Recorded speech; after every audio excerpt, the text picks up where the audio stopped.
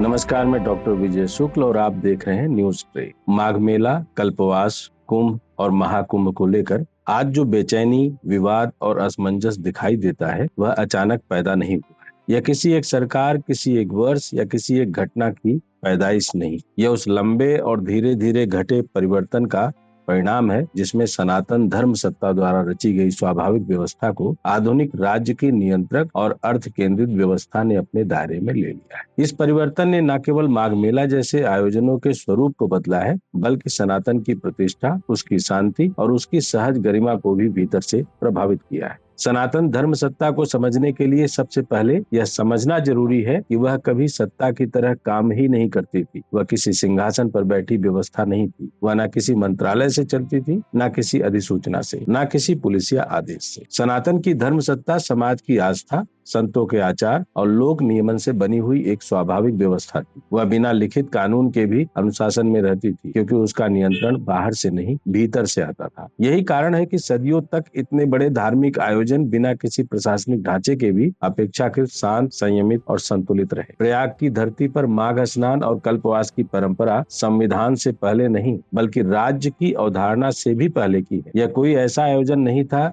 जिसे किसी राजा ने शुरू किया हो या किसी शासन ने लागू किया हो। यह परंपरा धीरे धीरे बनी। ऋषियों ने इसका आध्यात्मिक विधान दिया, संत समाज ने इसका अनुशासन गढ़ा और समाज ने इसे अपने जीवन का हिस्सा बनाकर अस्थायी बना दिया। कल्पवास केवल संगम के किनारे रहना नहीं था, बल्कि अपने पूरे जीवन को नियम में ढालना था। सीमित भोजन, संयमित वाणी, शांत व्यवहार और दूसरों के प्रति सहिष्णुता कल्पवास का मूल था। इसलिए वहां अलग से कोई बाहरी नियंत्रण नहीं थोपा जाता था। लोग स्वयं नियंत्रण में रहते थे। उस समय कोई पास नहीं था, कोई स्लॉट नहीं था, कोई वीआईपी नहीं था। संगम का जल सबका था, तट सबके थे, नियम सबके लिए एक जैसे। राजा और रंक एक ही जल में उतरते थे। यही सनातन की सबसे बड़ी विशेषता थी, समानता। इसी समानता ने सनातन को शांति और सह अस्तित्व की परंपरा बनाया। यही कारण था कि माघ मेला सदियों तक सबसे पुराना, सबसे निरंतर और सबसे शांत धार्मिक आयोजन बना रहा। इस व्यवस्था में अखाड़ों की भूमिका निर्णायक थी, लेकिन शासकीय नहीं। अखाड़े संतुलन बनाते थे, आदेश नहीं थोपते। वे परंपरा की रक्षा करते थे, सत्ता का प्रदर्शन नहीं करते थे। अखाड़ों के बीच संवाद होता था, मतभेद होते थे, लेकिन समाधान भी उन्हीं के भीतर निकलता था। किसी पुलिस अधिकारी को बीच में आकर लाठी उठाने की जरूरत नहीं पड़ती थी। कल्पवासी स्वयं अपनी मर्यादा जानते थे।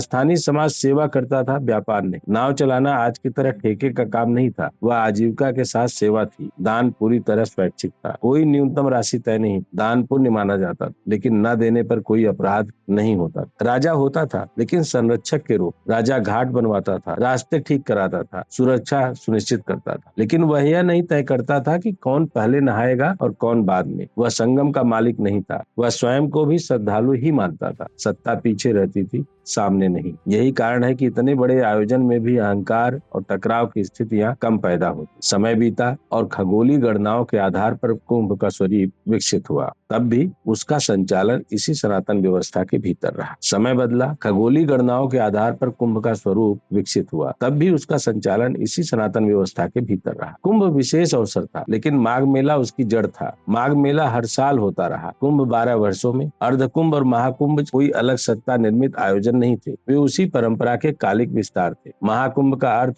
पूर्ण चक्र था, आध्यात्मिक परिपूर्णता का संकेत। उसका अर्थ यह कभी नहीं था कि वहां अधिक पुलिस लगेगी, अधिक बजट आएगा या अधिक प्रचार होगा। समस्या वहीं से शुरू होती है जहां यह सनातन धर्म सत्ता धीरे धीरे पीछे हटने लगती है और उसकी जगह धर्म सत्ता के नाम पर अर्थ सत्ता से जुड़ी राज्य व्यवस्था आगे आने लगती है। आधुनिक राज्य की सोच अलग होती है। उसके लिए मेला आस्था नहीं होता, वह एक प्रोजेक्ट होता है। भीड़ साधक नहीं होती है, वह संख्या होती है। दान श्रद्धा नहीं होता, वह राजस्व होता है। व्यवस्था सेवा के लिए नहीं बनती, बल्कि नियंत्रण के लिए बनती है। यहाँ से माघ मेला आयोजन बनता है, कुंभ इवेंट बनता है और महाकुंभ एक ब्रांड बन जाता है। इस परिवर्तन का सबसे बड़ा परिणाम यह है कि आस्था का स्वरूप बदलने लगता है। श्रद्धालु साधक नहीं, उपभोक्ता बनने लगते हैं। डुबकी साधना नहीं, बल्कि एक नियंत्रित अनुभव बन जाती है। संगम तक पहुंचने का रास्ता नियमों, रसीदों और निर्दोषों से होकर गुजरने लगता है। जहाँ कभी आत्म नियंत्रण था, वहाँ बाहरी नियंत्रण हावी हो जाता है। जहाँ कभी समानता थी, वहाँ वर्गीकरण आ जाता है।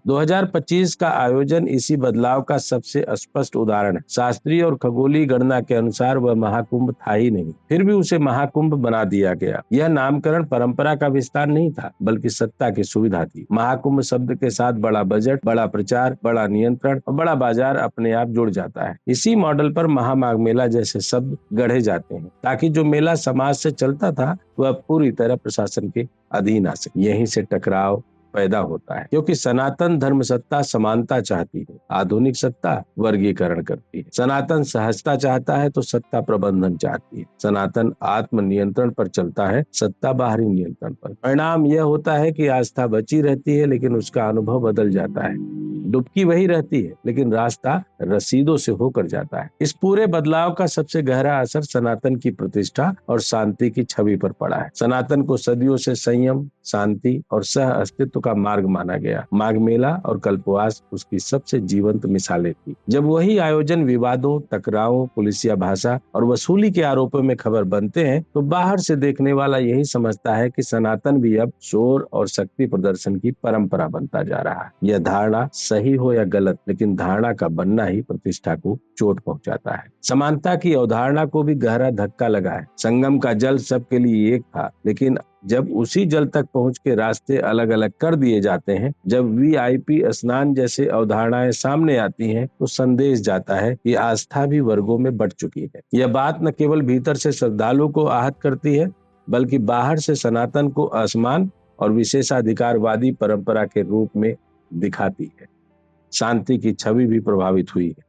माघ मेला हमेशा शांत भीड़ का उदाहरण रहा है। लाखों लोग, फिर भी कम शोर, कम टकराव। जब वही मेला विवादों और तनाव में दिखता है, तो सनातन की वह छवि कमजोर पड़ती है कि यह परंपरा भीतर से शांत है। दुनिया यह नहीं देखती कि गलती व्यवस्था की है, वह यह देखती है कि धार्मिक आयोजन अशांत है। नैतिक श्रेष्ठता को भी चोट पहुंचती है। सनातन कभी उपदेश से नहीं, आचरण से श्रेष्ठ माना गया।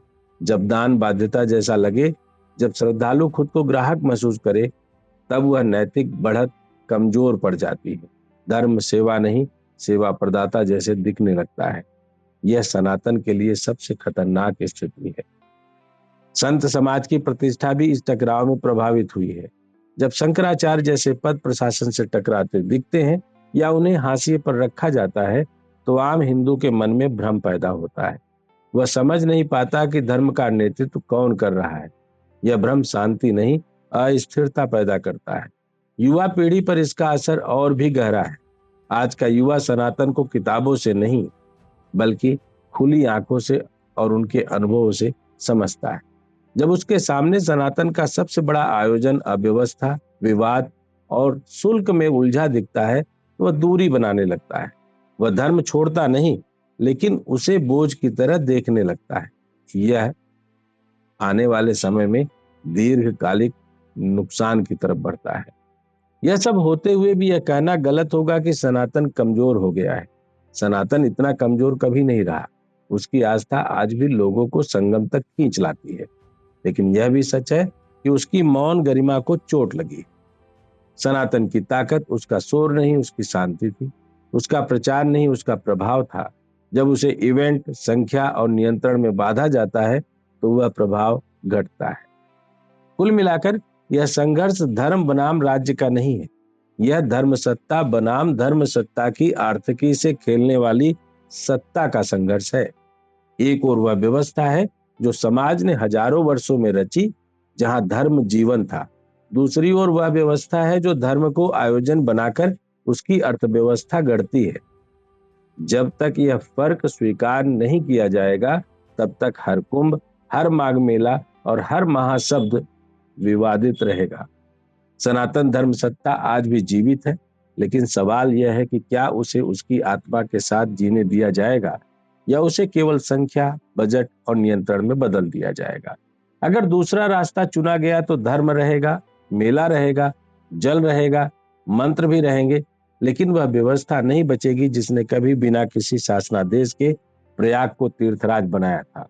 यही आज का सबसे बड़ा यक्ष प्रश्न है। अगर आपको लगता है कि धर्म सत्ता को कहीं ना कहीं राजनीतिक और सियासी ताकतों ने अपनी गुलामी के लिए प्रयोग करने की पूरी मंशा के साथ जमीन पर उतरकर काम कर दिया है और आज भी सनातन व्यवस्था के ठेकेदार जी हुजूरी और चाकरी में लगे हैं। नकली लोग असली बन रहे हैं और असली लोगों को नकली बताकर एक एजेंडा, एक प्रोपोगंडा सेट किया जा रहा है। तो लिखिए, खुलकर लिखिए। आपकी राय ना सिर्फ हमारी आंखें खोलेगी बल्कि दुनिया को भी एक नए नजरिए के साथ उसको देखने, समझने और परखने की एक उम्मीद जगाएगी। जय हिंद, जय भारत, वंदे मातरम।